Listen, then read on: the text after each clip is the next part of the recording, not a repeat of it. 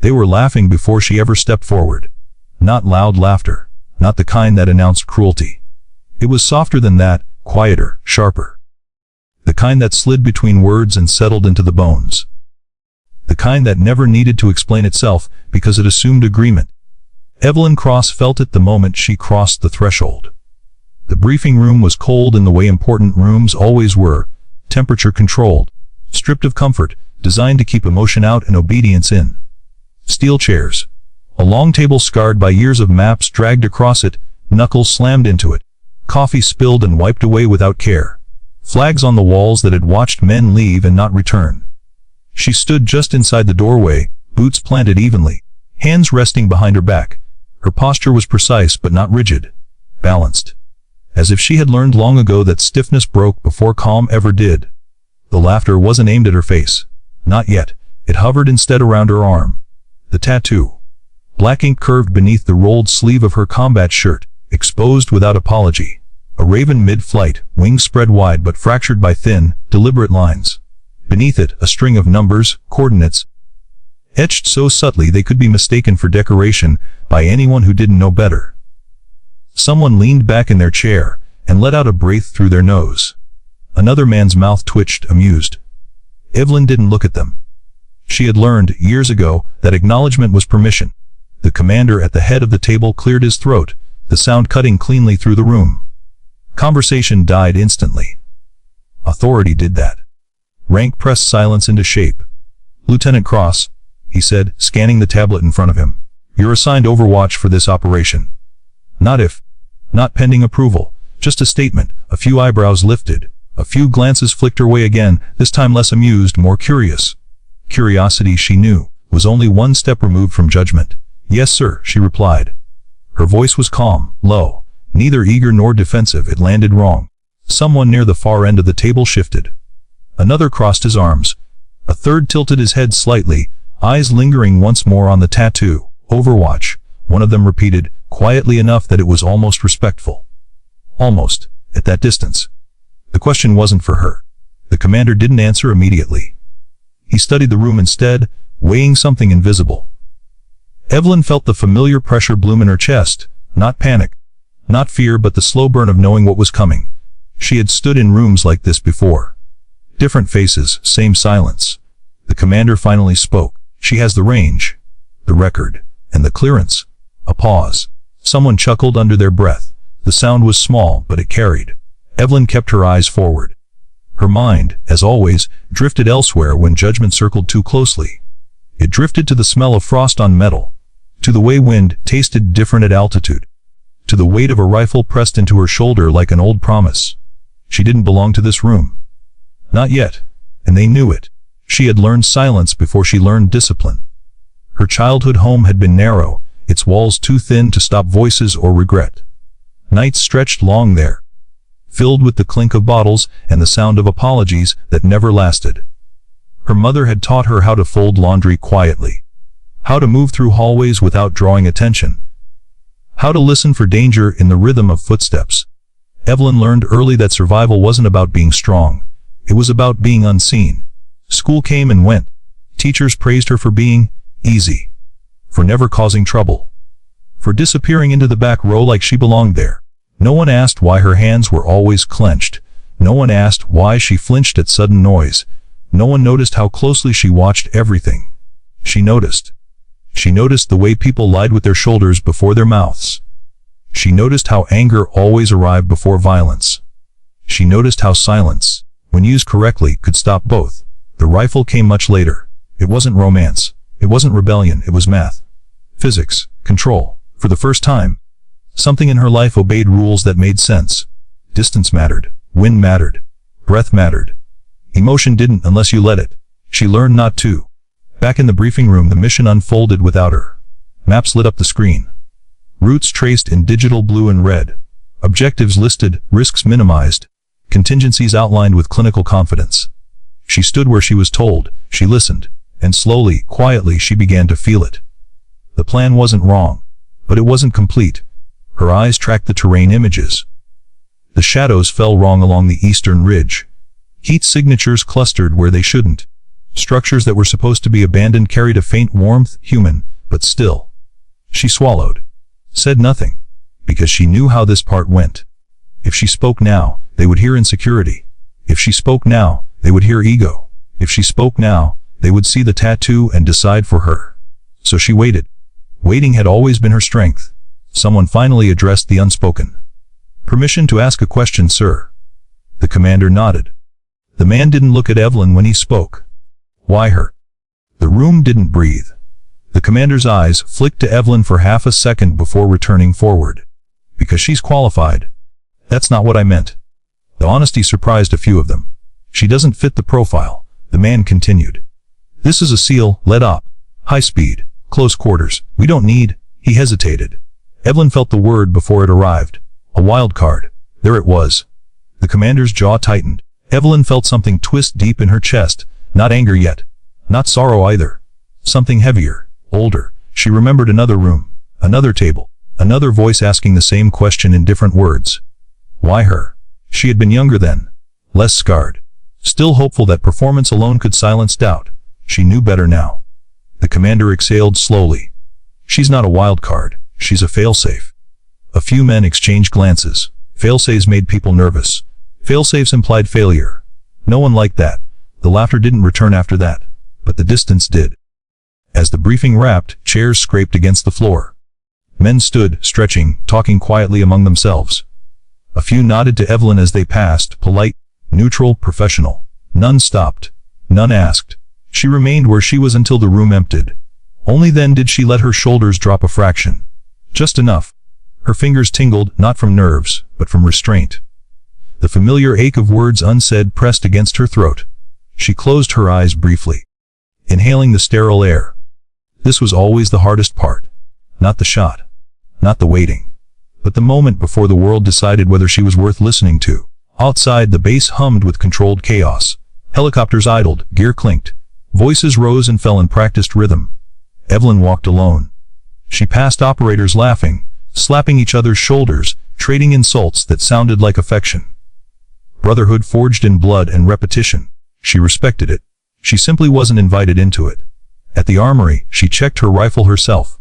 Every movement deliberate, every adjustment familiar. The metal was cold, comforting, honest. The tattoo along her arm flexed as she worked. She remembered the day she got it. The room had smelled like antiseptic and old ink. The artist hadn't asked questions.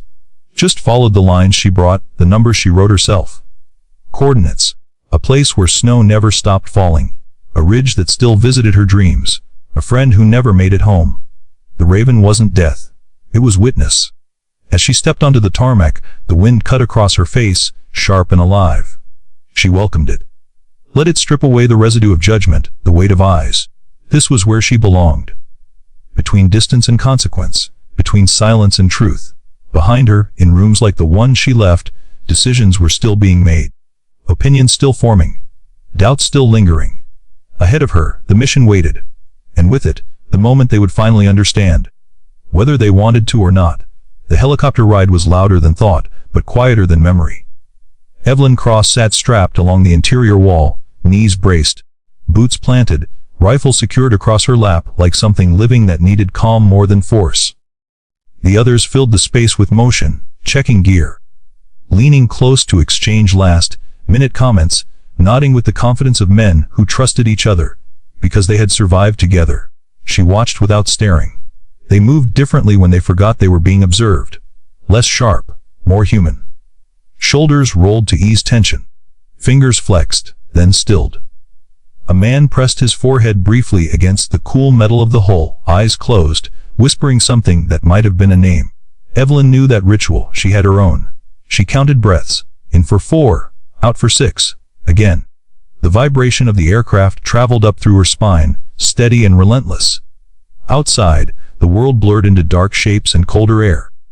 The storm they'd been tracking moved faster than expected. Its presence felt even before it was seen. Wind pushed against the craft with quiet insistence, as if testing its resolve. She liked storms. They didn't pretend to be anything else. Across from her, one of the operators glanced her way. Younger than the rest. His gaze lingered on the tattoo again, then flicked up to her face. For a moment, something like curiosity softened his expression. He opened his mouth, then closed it. She met his eyes briefly, not challenging, not inviting. Just acknowledging. He looked away first.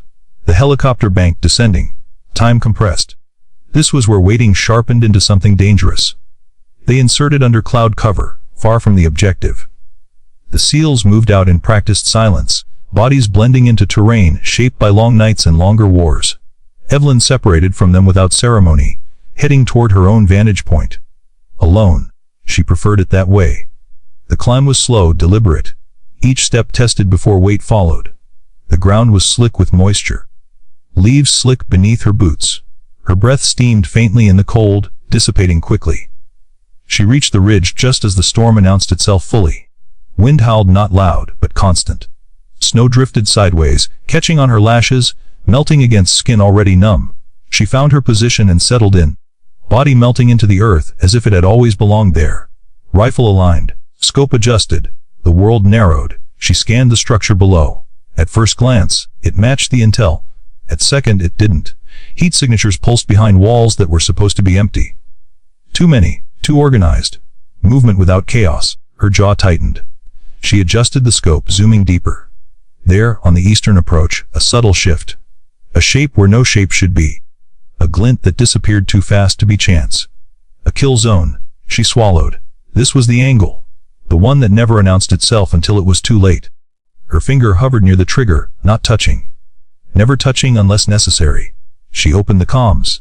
Her voice when it came was steady. Overwatch to command. Eastern approach compromised. Static answered first, then say again. She repeated herself slower this time. A pause followed. Too long. She imagined the room again. The looks, the doubt, the quiet recalculations. Finally, a response crackled through. Negative. Thermal doesn't confirm. Evelyn exhaled through her nose. She had expected this. Thermal won't? She said. They're masked. Concrete and water traps. I'm seeing movement. Another pause. Then, a familiar voice, the commander. Can you confirm hostile intent? She adjusted her scope, heart rate unchanged. Yes, she said. They're waiting. Silence. She could almost feel the decision being weighed. Rules versus instinct. Data versus experience. Her silence returned, not because she had nothing to say, but because she knew she had said enough. Minutes passed like hours. The SEALs advanced. Evelyn tracked them through the scope. Every step a thread pulled tight between her ribs.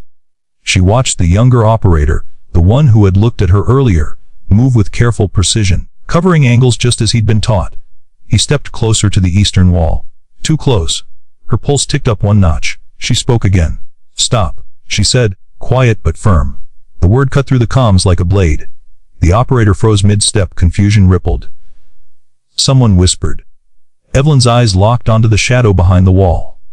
Because if you take one more step, she said, you won't hear the shot that kills you. The words landed heavy. No one moved.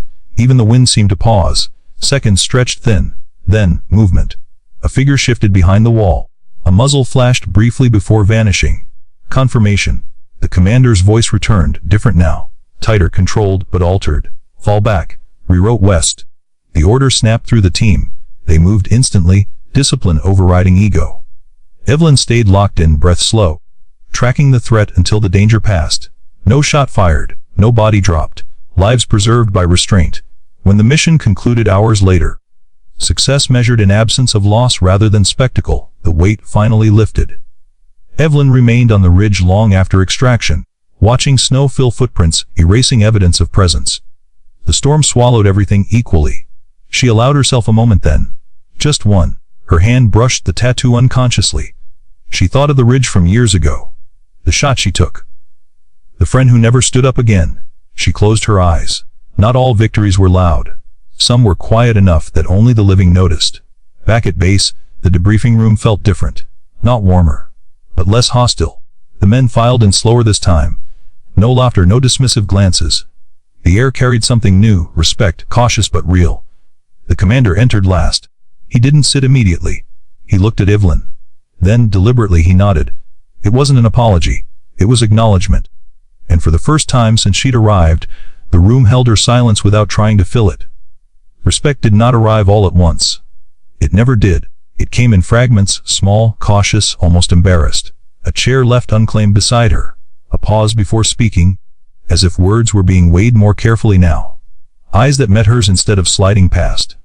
Evelyn noticed every one of them. She did not respond. The debrief unfolded without spectacle. Timelines reviewed. Adjustments noted.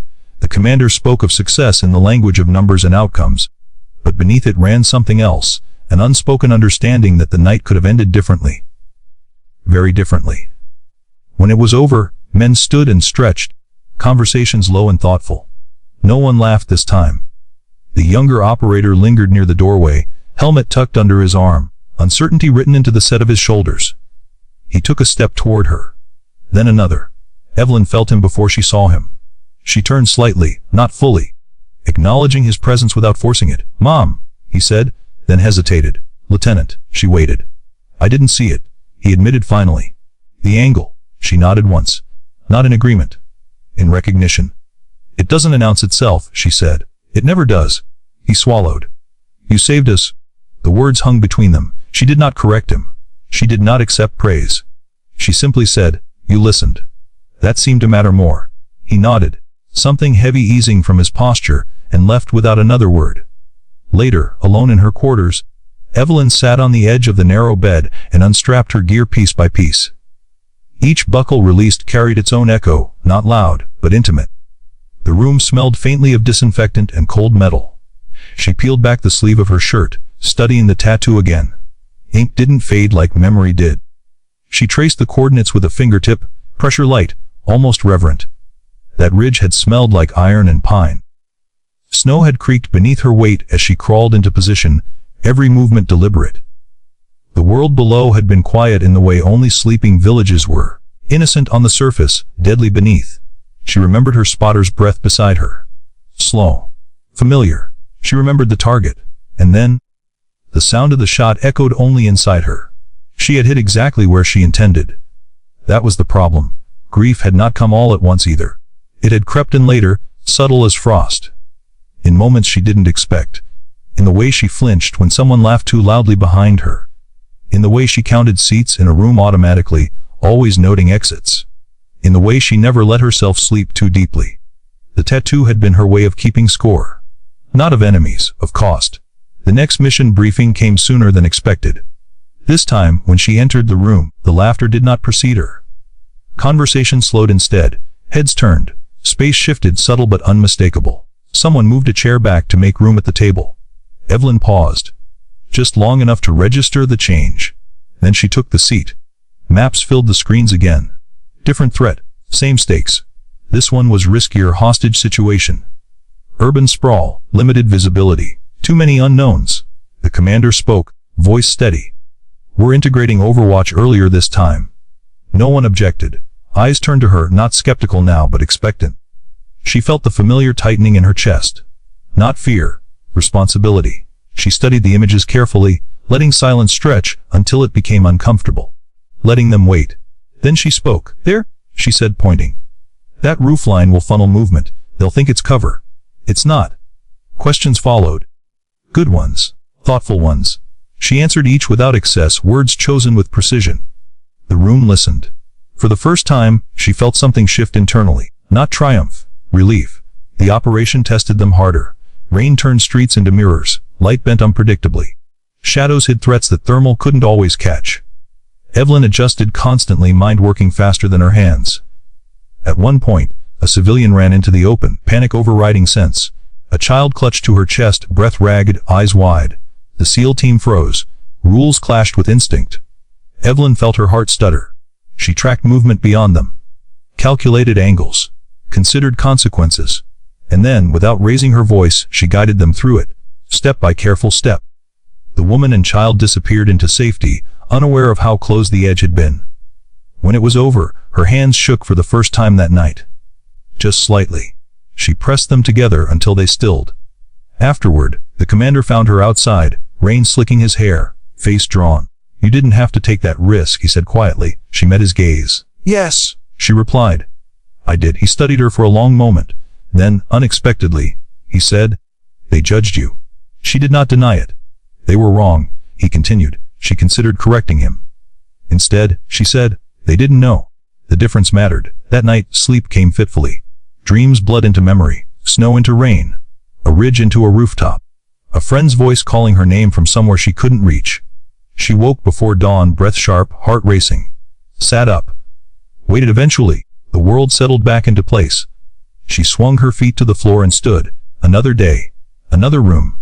Another chance for silence to carry weight. Word spread. Not loudly, but through the channels that mattered. The sniper with the tattoo. The one who saw what others missed. The one who spoke only when it counted. Evelyn did not seek it. She carried it anyway. Because reputation, like silence, followed those who earned it. And the storm inside her was far from over. The invitation arrived without ceremony. No explanation. No praise. Just a time, a location, and a single line at the bottom of the message. Your presence is requested. Evelyn read it twice. Not because she didn't understand it, but because she understood exactly what it meant. Rooms that requested presence rarely wanted honesty. They wanted confirmation, compliance, a reflection of the conclusions already reached. She folded the message away and went anyway. The building was older than the base, concrete poured in an era when permanence had been mistaken for invincibility. The hallways smelled faintly of dust and oil, the kind of place where decisions lingered longer than people did. Inside the conference room, the air was heavy with anticipation. This room held more rank than field experience. Clean uniforms, unworn boots, eyes that measured rather than remembered. Evelyn took her seat near the end of the table. Someone across from her noticed the tattoo and looked away quickly this time. Progress, she thought. The man at the head of the table cleared his throat. Lieutenant Cross, he began. You've drawn attention. She did not respond. Attention was rarely a compliment. There are concerns, he continued, about integration, chain of command, perception. The words slid across the table, polished and impersonal. Evelyn felt the old tension return, the kind that wrapped itself around the spine and waited. Perception of what? She asked calmly. A few heads turned. Off individualism. She almost smiled. Almost. Is that a liability? She asked. Silence answered first. Then, in the wrong context, yes, she nodded slowly. Her voice remained even. Then define the context. The man leaned back, steepling his fingers. A light unit's function on cohesion, identity, uniformity. Her gaze did not waver. Uniformity, she repeated softly. She thought of the CLs she'd watched move under fire, each different, each essential. She thought of the younger operator's hesitation, of how listening had saved his life. She spoke again. Uniformity doesn't save lives, she said. Understanding does. The words landed harder than she expected. A woman further down the table shifted in her seat. Another man cleared his throat. This isn't about results, someone said. It's about optics. There it was. Evelyn felt something crack, not outwardly, not visibly, but inside, where anger had been carefully contained for years. Optics. She remembered standing over a flag-draped coffin, listening to words that sounded right but felt empty. She remembered how no one mentioned the mistakes, how no one spoke of what had been missed. She took a breath. Optics don't bleed, she said. People do. The room went very still. They dismissed her 30 minutes later with nothing resolved and everything implied. No reprimand, no praise. Just uncertainty. She walked out into the open air, the sky low and gray, pressing down like the weight she carried inside. Her hands curled into fists at her sides before she realized it. Anger flared then, hot, sudden, unfamiliar. Not at the men in the room. At the system that kept repeating itself. At the endless requirement to justify existence when competence should have been enough. She stood there longer than necessary, breathing through it, letting the emotion pass without letting it rule her. She had learned that too. The next mission came fast. Too fast. Intel was rushed. The situation unstable. Civilians mixed with hostiles, lines blurred beyond recognition. Evelyn felt it immediately. This was how mistakes were born. In haste. In confidence unearned. She raised concerns early this time. They listened, but only partially. Compromise was reached that satisfied everyone and protected no one. She took her position anyway. Because refusal didn't stop consequences. It just shifted them. The city below was loud even from distance. Neon lights bled into darkness. Traffic pulsed. Life continued, unaware of how close it hovered to chaos. Through her scope, Evelyn tracked movement along a rooftop. A man paced, agitated, speaking into a device. Another stood watch, posture wrong, too stiff, too ready. Her breath slowed. She calculated angles. Then something changed. A third figure appeared, unexpected. smaller. Nervous, a civilian. Her chest tightened. She opened comms. "We have a non-combatant on the roof." Response came quickly. "Negative." "Thermal confirms 3 hostiles." Evelyn's jaw set. "Thermal is wrong," she said. "That one's scared." Silence followed. She could feel the clock ticking. The civilian stumbled, dropped to one knee. Hands went up instinctively, palms out. One of the armed men turned. Everything accelerated. Evelyn's finger rested against the trigger. She had a shot, clean, but it would go through both. Collateral. Unacceptable. She adjusted her aim not at the man. At the edge of the roof, she fired. The round shattered concrete inches from the hostile's feet. The impact startled him just enough. He spun. The civilian bolted. Chaos erupted. Shots rang out elsewhere. Orders overlapped.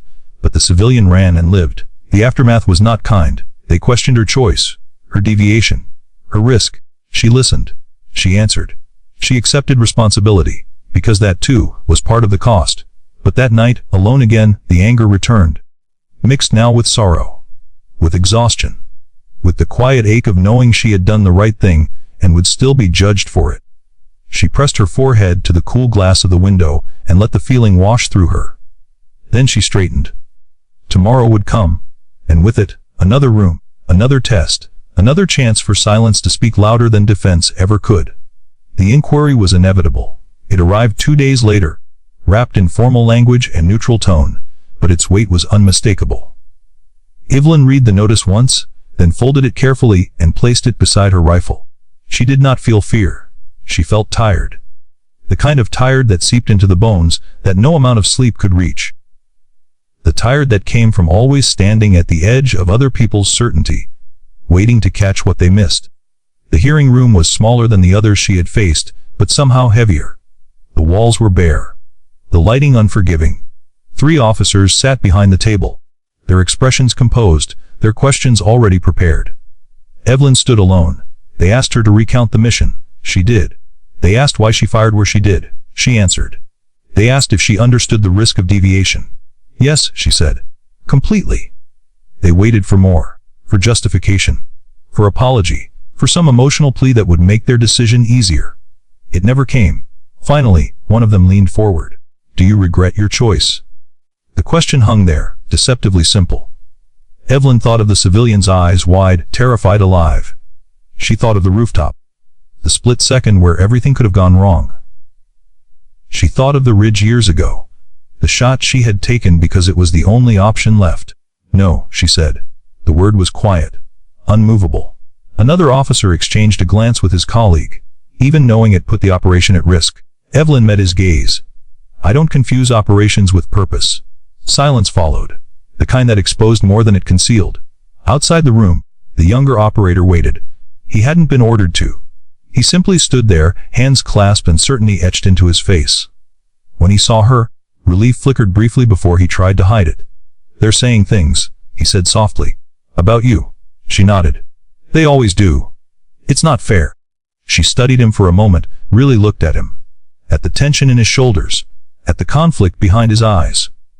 Fairness isn't the standard, she said. Responsibility is, he frowned. And what about you? Evelyn considered the question. Then she answered honestly. I carry what I choose. Something in her words seemed to settle him. He straightened, breathing easier. Thank you, he said. Not for the mission. Not for his life. For the example. The decision came the next morning. No charges. No commendation. A reassignment, temporary, they said. Strategic, they said. Evelyn read the notice and felt something unexpected bloom beneath the fatigue. Relief. The reassignment placed her farther from command rooms and closer to the field. Fewer meetings. More time where decisions mattered immediately and consequences were clear. She packed quickly. As she left her quarters, she paused once, fingers brushing the doorframe, a habit she had picked up years ago, marking exits without meaning to. Outside, the sky was clear for the first time in days. Her final mission with the unit came without warning. Emergency extraction. Hostiles closing in. Conditions deteriorating fast. She took position automatically, body responding before thought. Through her scope, the world narrowed once more to breadth, distance, and intent.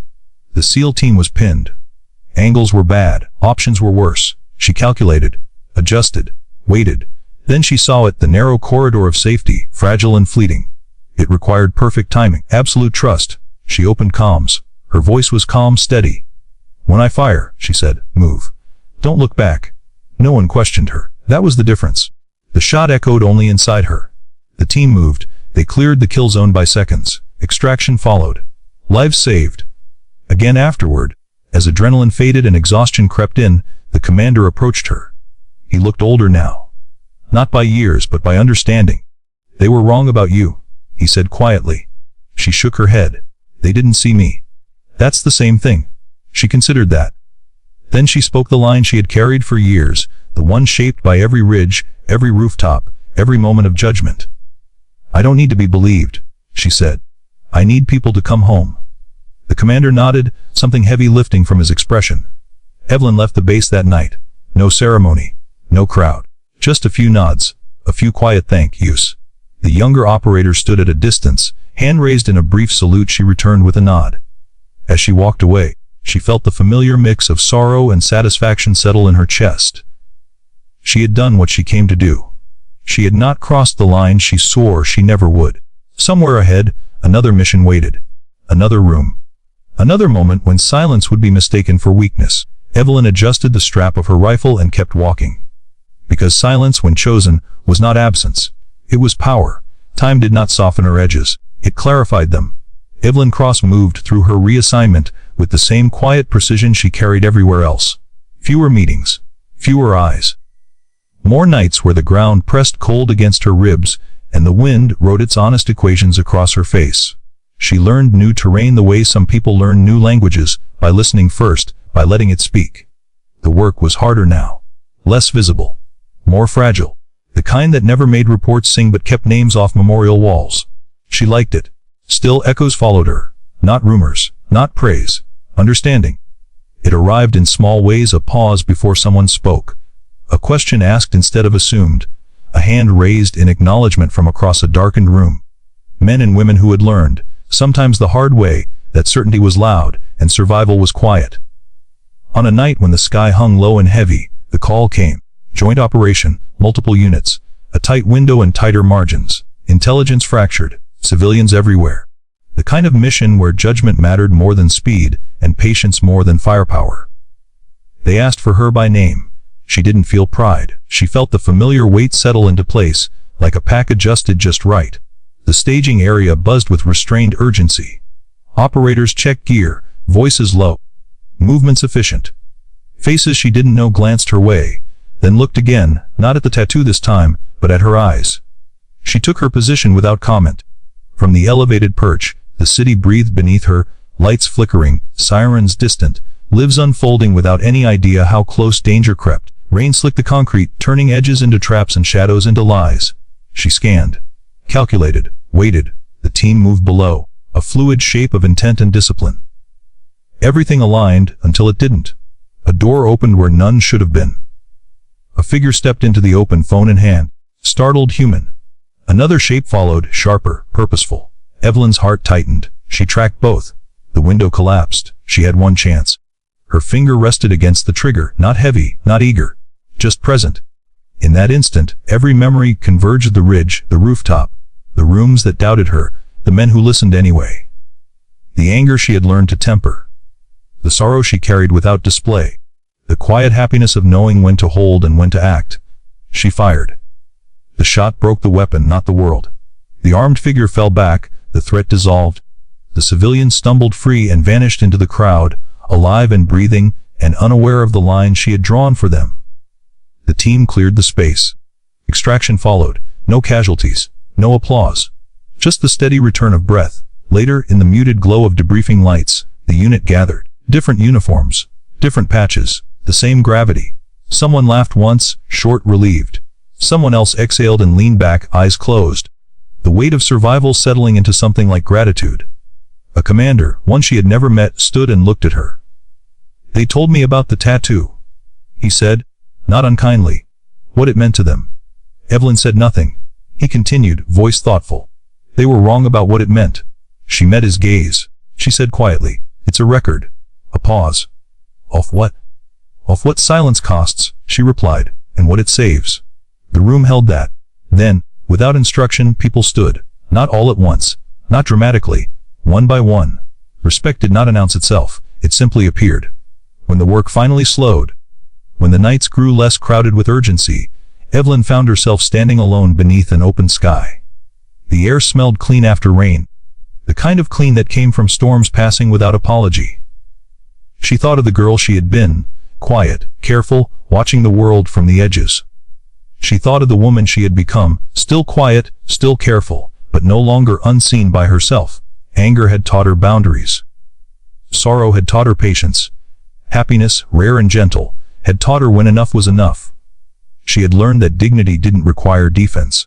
That honor didn't need volume. That silence, chosen freely, could stop a room, redirect a mission, save a life. She touched the tattoo one last time before pulling her sleeve down. Not to hide it, to carry it forward. Somewhere, a unit prepared for another night. Somewhere, a commander waited decision. Somewhere, a civilian walked home unaware of the moment they had been spared. Evelyn Cross walked on, uncelebrated, unannounced, unmistakable. And long after the laughter faded, long after the rooms forgot their first judgments, one truth remained, spoken once and never contradicted. Silence is not weakness. It is restraint with a conscience, and in the hands of someone who understands it, silence can freeze an entire room and keep the living alive. If this story stirred something in you, anger, sorrow, relief, or quiet pride, tell us where you're watching from. Share your thoughts below and subscribe, because the strongest stories aren't always the loudest. They're the ones that stay with you after the silence returns.